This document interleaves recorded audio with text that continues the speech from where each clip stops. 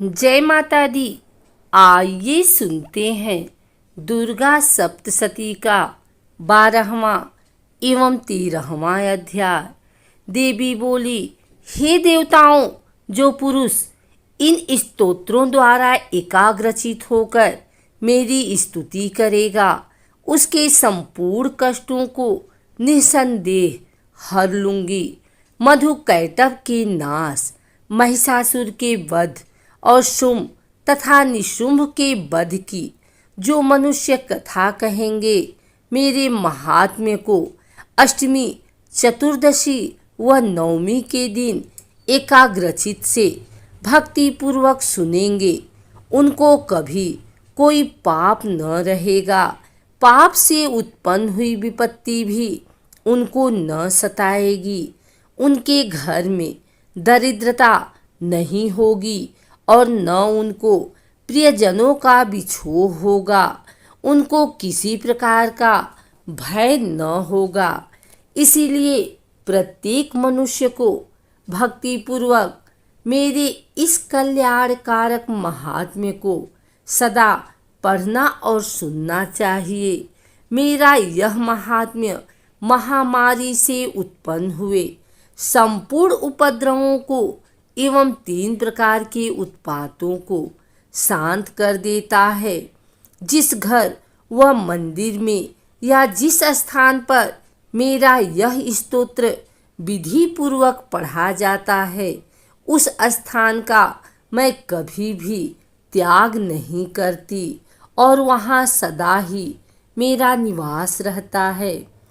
बलिदान, पूजा, होम तथा महोत्सवों में मेरा यह चरित्र उच्चारण करना तथा सुनना चाहिए।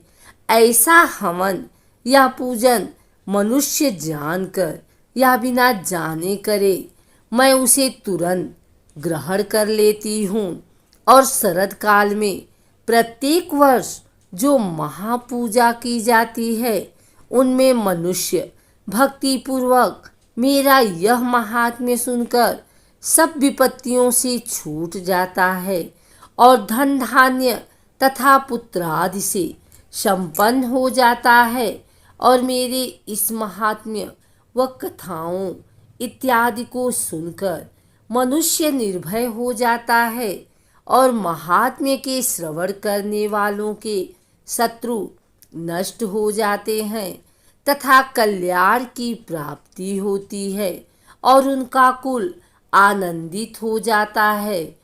सब कष्ट शांत हो जाते हैं तथा भयंकर स्वप्न दिखाई देना तथा घरेलू दुख इत्यादि सब मिट जाते हैं। बाल ग्रहों में ग्रसित बालकों के लिए यह मेरा महात्म्य परम शांति देने वाला है। मनुष्यों में फूट पड़ने पर यह भली भांति मित्रता करवाने वाला है। मेरा यह महात्म्य मनुष्यों को मेरी जैसी सामर्थ्य की प्राप्ति करवाने वाला है। पशु, पुष्प, अर्घ्य, धूप, गंध, दीपक इत्यादि सामग्रियों द्वारा पूजन करने से, ब्राह्मण को भोजन करा के, हवन करके, प्रतिदिन अभिषेक करके, नाना प्रकार के भोगों को अर्पण करके और प्रत्येक वर्ष दान इत्यादि करके जो मेरी आराधना की जाती है और उससे मैं जैसे प्रसन्न हो जाती हूँ, वैसी प्रसन्न मैं इस चरित्र के सुनने से हो जाती हूँ। यह महात्म्य श्रवण करने पर पापों को हर लेता है तथा आरोग्य प्रदान करता है। मेरे प्रादुर्भाव का कीर्तन दुष्ट प्राणियों से रक्षा करने वाला है। युद्ध में दुष्ट दैत्यों का संहार करने वाला है। इसके सुनने से मनुष्य को शत्रुओं का भय नहीं रहता। हे देवताओं, तुमने जो मेरी स्तुति की है अथवा ब्रह्मा जी ने जो मेरी स्तुति की है, वह मनुष्यों को कल्याणमयी बुद्धि प्रदान करने वाली है।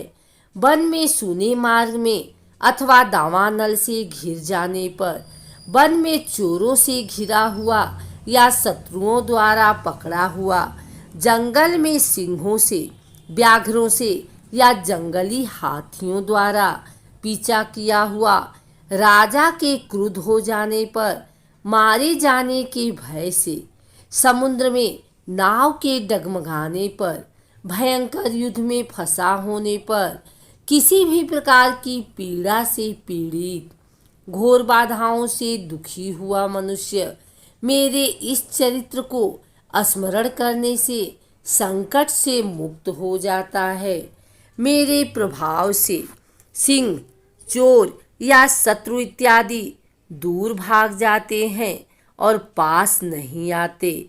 महर्षि ने कहा, प्रचंड पराक्रम वाली भगवती चंडिका योग कहने के पश्चात सब देवताओं के देखते ही देखते अंतर ध्यान हो गई और संपूर्ण देवता अपने शत्रुओं के मारे जाने पर पहले की तरह यज्ञ भाग का उपभोग करने लगे और उनको अपने अधिकार फिर से प्राप्त हो गए तथा युद्ध में देवताओं के शत्रुओं शुंभ व निशुंभ के देवी के हाथों मारे जाने पर बाकी बचे हुए राक्षस पाताल को चले गए। हे राजन, इस प्रकार भगवती अंबिका नित्य होती हुई भी बार बार प्रकट होकर इस जगत का पालन करती हैं, इसको मोहित करती हैं, जन्म देती हैं और प्रार्थना करने पर समृद्धि प्रदान करती हैं। हे राजन, भगवती ही महाप्रलय के समय महामारी का रूप धारण करती हैं और वही संपूर्ण ब्रह्मांड में व्याप्त है और वही भगवती समय समय पर महाकाली तथा महामारी का रूप बनाती हैं और स्वयं अजन्मा होती हुई भी सृष्टि के रूप में प्रकट होती हैं। वह सनातनी देवी प्राणियों का पालन करती हैं और वही मनुष्य के अभ्युदय के समय घर में लक्ष्मी का रूप बनाकर स्थित हो जाती हैं तथा अभाव के समय दरिद्रता बनकर विनाश का कारण बन जाती हैं। पुष्प, धूप और गंध आदि से पूजन करके उनकी स्तुति करने से वह धन एवं पुत्र देती हैं और धर्म में शुभ बुद्धि प्रदान करती हैं। 13वां अध्याय प्रारंभ। महर्षि मेधा ने कहा, हे राजन, इस प्रकार देवी के उत्तम महात्म्य का वर्णन मैंने तुमको सुनाया। जगत को धारण करने वाली इस देवी का ऐसा ही प्रभाव है। वहीं देवी ज्ञान को देने वाली हैं और भगवान विष्णु की इस माया के प्रभाव से तुम और यह वैश्य तथा अन्य विवेकी जन मोहित होते हैं और भविष्य में मोहित होंगे। हे राजन, तुम इसी परमेश्वरी की शरण में जाओ। यही भगवती आराधना करने पर मनुष्य को भोग, स्वर्ग तथा मोक्ष प्रदान करती हैं। मार्कंडेय जी ने कहा, महर्षि मेधा की यह बात सुनकर राजा सूरथ ने उन उग्र व्रत वाले ऋषि को प्रणाम किया और राज्य के छिन जाने के कारण उसके मन में अत्यंत ग्लानि हुई और वह राजा तथा वैश्य तपस्या के लिए वन को चले गए और नदी के तट पर आसन लगाकर भगवती के दर्शनों के लिए तपस्या करने लगे। दोनों ने नदी के तट पर देवी की मूर्ति बनाई और पुष्प, धूप, दीप तथा हवन द्वारा उसका पूजन करने लगे। पहले उन्होंने आहार को कम कर दिया, फिर बिल्कुल निराहार रहकर भगवती में मन लगाकर एकाग्रता पूर्वक उसकी आराधना करने लगे। वह दोनों अपने शरीर के रक्त से देवी को बलि देते हुए 3 वर्ष तक लगातार भगवती की आराधना करते रहे। 3 वर्ष के पश्चात जगत का पालन करने वाली चंडिका ने उनको प्रत्यक्ष दर्शन देकर कहा। देवी बोली, हे राजन तथा अपने कुल को प्रसन्न करने वाले वैश्य, तुम जिस वर की इच्छा रखते हो वह मुझसे मांगो, वह वर मैं तुमको दूंगी, क्योंकि मैं तुम पर अत्यंत प्रसन्न हूँ। मार्कंडेय जी कहते हैं, यह सुन राजा ने अगले जन्म में नष्ट न होने वाला अखंड राज्य और इस जन्म में बलपूर्वक अपने शत्रुओं को नष्ट करने के पश्चात अपना पुनः राज्य प्राप्त करने के लिए भगवती से वरदान मांगा।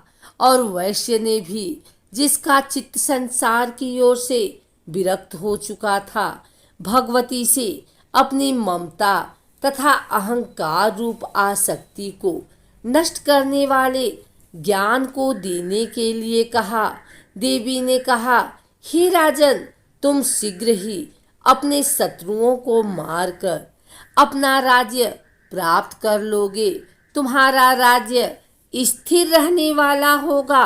फिर मृत्यु के पश्चात आप सूर्यदेव के अंश से जन्म लेकर सावर्णिक मनु के नाम से इस पृथ्वी पर ख्याति को प्राप्त हो गए। हे वैश्य कुल में श्रेष्ठ, आपने जो मुझसे वर मांगा है वह आपको देती हूँ। आपको मोक्ष को देने वाला ज्ञान की प्राप्ति होगी। मार्कंडेय जी कहते हैं, इस प्रकार उन दोनों को मनोवांछित वर प्रदान कर तथा उनसे अपनी स्तुति सुनकर भगवती अंतर ध्यान हो गई। और इस प्रकार क्षत्रियों में श्रेष्ठ वह राजा सूरत भगवान सूर्यदेव से जन्म लेकर इस पृथ्वी पर सावर्णिक मनु के नाम से विख्यात हुआ।